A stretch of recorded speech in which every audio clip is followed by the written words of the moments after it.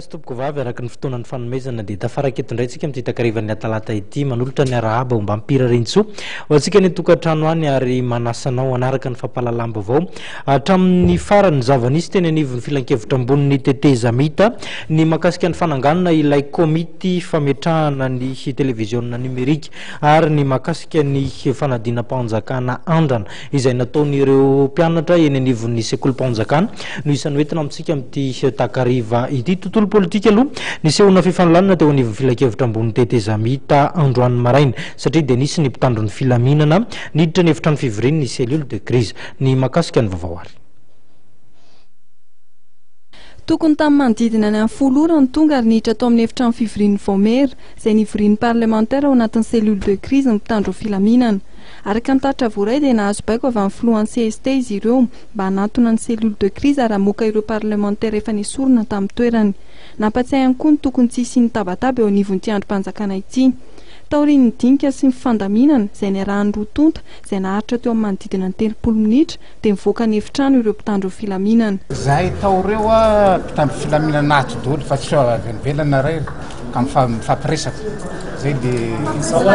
olona nefa mpikambana amin'ny CST mbola miara-volan'zareo ao anatiny ao fa misy mpinamanareo tsy sakana ny resaka amin'ny tsika roa zao namana mpanao gazety dia miresaka amin'olo ka zao chef manila zareo tsy atso zareo a efa CCC manilo tsy avoakanareo ivelany ihany fa mbola avenareo birao tsy hanao conférence de presse aho fa hanambaranareo mpanao gazety eritreritra satria za tsy mpanao politika fa olo mpitandro filaminana dia inona no natao tao anatiny tao hanao interview andreo nareo dia nareo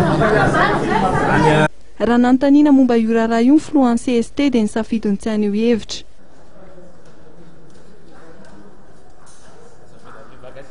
nandany fanesorana amin'ny toerany ireo parlementaire ao anatin'ny cellule de crise ary laza izy ireo fa mbola miandry valiteny avy amin'ny fitsarana amin'ny sahana ny ady amin'ny fanjakana na ny conseil d'état aloha mitohy ny tolona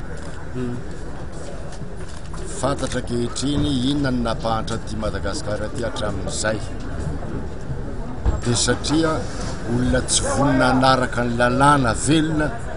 no miady fitorana hiala fa izany sa mbola hijanonao io any raha azoko natao ny irale hoe Madagasikara tanindrazanay dia hoe ny raiko izy androany ny any tiako ambara aminareo dia zao any amin'ny conseil d'état ny taratasy anjarany manapa-kevitra raha ohatra ka mbola misy lalàna velona eto ary miandry an'izany zahay ny ambara eto kosa ny stratégie satria tolona io ary ny olona te anareo loatra mba tonga azy anakarena tampoko anatin'ny teteza mita dia